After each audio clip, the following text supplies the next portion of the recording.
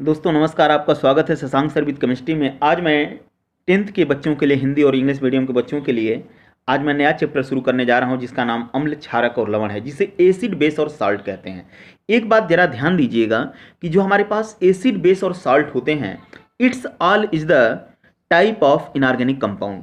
ये इनऑर्गेनिक कंपाउंडों से ही मतलब डिवाइड किए गए हैं, जिनको कि इनऑर्गेनिक कंपाउंड अकार्बनिक यौगिक कहा जाता है। यानी अकार्बनिक यौगिकों को अम्ल, क्षार और लवण में बांटा गया। अम्ल, क्षारक और लवण तीन चीजों में बांटा गया, यानी एसिड, बेस और साल्ट में बांटा गया है। और इनका बहुत इंपॉर्टेंट रोल है। और याद रखिएगा, एज ए रिएक्टेंट, एज अभिकारक भी बहुत बड़ा रोल होता है इन लोगों का। एज ए रिएक्टेंट जो है केमिकल रिएक्शन में, केमिकल रिएक्शन इसके पहले हम जिक्र कर चुके हैं, खत्म कर चुके हैं। तो याद रखिएगा, उस केमिकल रिएक्शन को कंप्लीट करने में और as a laboratory Regent use होते हैं लोग। प्रयोगशाला में भी एज अभिकर्मक यूज होते हैं। यानी कम से कम हमें एसिड और बेस तो वहां चाहिए होता है। अगर कोई भी लेबोरेटरी में आप एक्सपेरिमेंट करना चाहते हो, कोई भी प्रयोग करना चाहते हो, तो वहां पर एसिड और बेस का होना जरूरी है, यानी अम्ल और क्षारक का होना जरूरी है। अब हम चर्चा करते हैं सबसे पहले एसिड के बारे में कि एसिड की कंडीशन क्या होती है, इसके गुण क्या होते हैं, इसके क्वालिटीज क्या होते हैं। सबसे पहला क्वालिटी एसिड का यह होता है कि ये लोग स्वाद में खट्टे होते हैं। It's find in the taste of sour position, यानी सोर टेस्ट के होते हैं ये लोग। दूसरा पॉइंट कह सकते हो कि ये जल में घुलने पर H+ देते हैं। It dissolve in the water and give the H+, दूसरा कैरेक्टर। तीसरा कैरेक्टर होता है ये नीले लिटमस को लाल कर देते हैं। It turns the blue litmus change into red litmus. अगर कोई भी हमारे पास रेड लिटमस है, लाल लिटमस और नीला लिटमस है, अगर ब्लू लिटमस है, अगर वो जाने अम्ल में जाने के बाद या किसी सोल्यूशन में जाने के बाद अगर वो आपको लाल दिखाई दे रहा, तो समझ लीजिएगा जो आपके पास सोल्यूशन है दैट इज द एसिड। और उसके बाद चौथा पॉइंट इनका ये होता है कि ये लोग किसी भी एसिड जो होते हैं, कोराइड द मेटल्स, ये लोग अम्ल जो होते हैं वो धातुओं को संचारित कर देते हैं। कोराइड का मतलब होता है डिस्ट्रॉय कर देते हैं। जैसे आप लोगों को रस्टिंग ऑफ आयरन बताया था कि आयरन जो होता है, rusting of iron in the chemical is the type of the chemical chain, उसी प्रकार से इनका भी व्यवहार होता है कि अगर मेटल इनके संपर्क में चली जाएगी तो उसको संचारित करने लगेंगे, नष्ट करने लगेंगे। ये एसिड की पहचान होती है। दूसरा पॉइंट ये कह सकते हो कि अगर हमारे पास एसिड है तो सबसे पहले कैरेक्टर याद रखिएगा कि कोई भी एसिड किसी टाइप का एसिड होगा, वहां पर आपको H+ दिखाई देगा। या और मैंने आपसे कहा भी था कि hydrogen is the necessary part of the acid.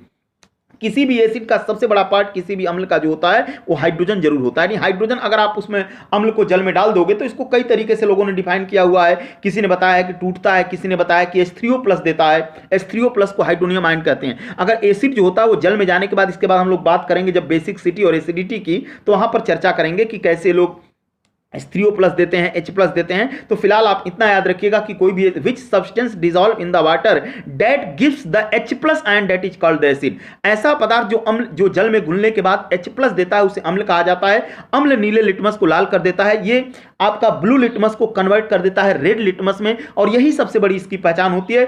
दूसरा पॉइंट कह सकते हैं H+ और लिटमस, इन दोनों चीजों को याद रखिएगा। लिटमस एक टाइप का इंडिकेटर होता है, आगे चर्चा हम करेंगे, जिसमें आपका टर्मरिक भी आता है। टर्मरिक हल्दी भी कहते हैं इसको। हल्दी भी एक प्रकार का इंडिकेटर होता है आपका।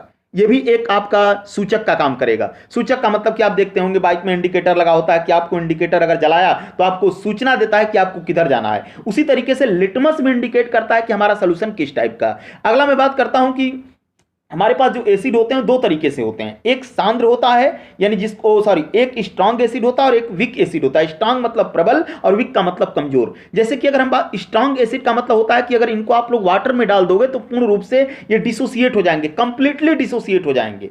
Which acid completely dissociates in the water, that is called the strong acid। यानी प्रबल अम्ल वो होते हैं जिनको अगर जल में डाल दीजिए तो पूर्ण रूप से वो आयनित हो जाएंगे, वियोजित हो जाएंगे, वो स्ट्रांग एसिड होते हैं। और इन एसिडों में, प्रबल एसिडों में कौन कौन आता है, प्रबल अम्लों में कौन कौन आता है, H2SO4 आता है, जिसको सल्फ्यूरिक एसिड कहा जाता है। मैं बार बार कहता हूं कि that is the king of acid, ये अम्लों का राजा भी होता है, ध्यान रखिएगा। अगर आपसे कहा जाए कि who is the king of acid, that is the H2SO4। Sulphuric acid को कहा जाता है। और सल्फ्यूरिक एसिड की अगर हम बात करेंगे तो इतना ध्यान रखिएगा, ये स्ट्रांग एसिड में आता है। इसी प्रकार से HCl होता है जिसको हाइड्रोक्लोरिक एसिड कहा जाता है। इसी प्रकार से HNO3 होता है जिसको नाइट्रिक एसिड कहते हैं। It's all is the type of the strong acid and other side, ये लोग प्रबल अम्ल होते हैं जितने भी मैंने आपसे नाम लिया। इसी प्रकार से अगर हम अदर साइड कह सकते हैं, दूसरी तरफ में अगर हम वीक एसिड की बात करेंगे तो कमजोर एसिडों में बेटा आता है एसिटिक एसिड, जिसका फार्मूला CH3COOH होता है। इसी प्रकार से आपका फार्मिक एसिड आता है जिसका फार्मूला HCOOH होता है। इसी प्रकार से ऑक्जेलिक एसिड होता है जिसका फार्मूला H2C2O4 या C2H2O4 कह सकते हैं। यानी ऑक्जेलिक एसिड, फार्मिक एसिड और एसिटिक एसिड जरूर याद रखिएगा। CH3COOH that is the vinegar acid, ये सिरके का अम्ल होता है। और it's all is the weak acid, ये लोग कमजोर एसिड होते हैं क्योंकि अगर इनको वाटर में डाला जाएगा तो कंप्लीटली डिसोसिएट नहीं होंगे। और किसी भी एसिड की सबसे बड़ी पहचान होती है, जैसे आपके पास सिट्रिक एसिड है, सिट्रिक एसिड भी एक वीक एसिड में आता है। और जो आपके पास लेमन होता है, नींबू में सिट्रिक एसिड पाया जाता है। आप नींबू के रस में अगर लिटमस ले जाएंगे तो जब तक नींबू का रस होगा, उसका जो जूस होगा, नींबू का लेमन का जूस जो होगा, लेमन जूस में अगर आप लिटमस ले जाओगे तो याद रखिएगा बेटा वो लाल होने लगेगा।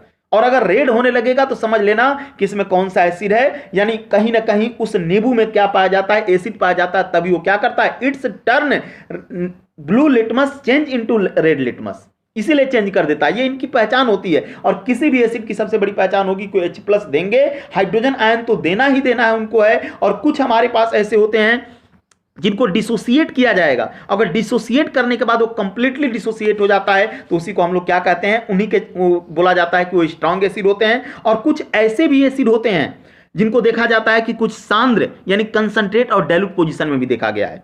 कंसंट्रेट का मतलब होता है, सांद्र का मतलब होता है जहां पर एसिड की क्वांटिटी ज्यादा हो, जब अम्ल की मात्रा ज्यादा हो और वाटर की मात्रा कम हो तो उसे कंसंट्रेट कहा जाता है। और जब कंसंट्रेट का मतलब होता है सांद्र अम्ल, यानी जब अम्ल की मात्रा ज्यादा होगी और पानी का मात्रा कम होगा तो सांद्र हो जाएगा। इसी प्रकार से जब पानी की मात्रा ज्यादा हो और एसिड की मात्रा कम हो जाएगी तो उसको तनु बोला जाएगा। यानी अगर आपके पास एसिड की जो क्वांटिटी है वो मिनिमम पोजीशन में है और वाटर की जो पोजीशन है वो मैक्सिमम पोजीशन में है तो डाइल्यूट एसिड कहा जाएगा। यानी हम उसको पानी मिला करके अगर डाइल्यूट करना चाहते हैं तो याद रखिएगा, अगर डाइल्यूट करना चाहते हो तो आप क्या करोगे, उसमें पानी मिला देंगे। कंसंट्रेट है तो उसमें आप पानी मिला दीजिए, डाइल्यूट पोजीशन में चला जाएगा, हल्का हो जाएगा, तनु हो जाएगा। अगर आप चाहते हो कि हम उसको कंसंट्रेट पोजीशन में ले जाएं तो वाटर को क्या करेंगे, वेपर कर देंगे, वाष्पित कर देंगे, वापस वो उसी पोजीशन में आ जाएगा। तो मेरे कहने का मतलब यह है कि इस प्रकार जो है हम एसिड पर बात कर रहे हैं। और याद रखिएगा, इसको नोट्स कर लीजिएगा, जो भी आपको समझ में आता है वीडियो को बहुत कायदे से ध्यान दीजिएगा। फिर हम इसके आगे चर्चा करेंगे और मुझे नोट्स करके भेजेंगे कि आप क्या समझे हैं, तो फिर हम आगे वीडियो बना के आपको भेजेंगे। धन्यवाद।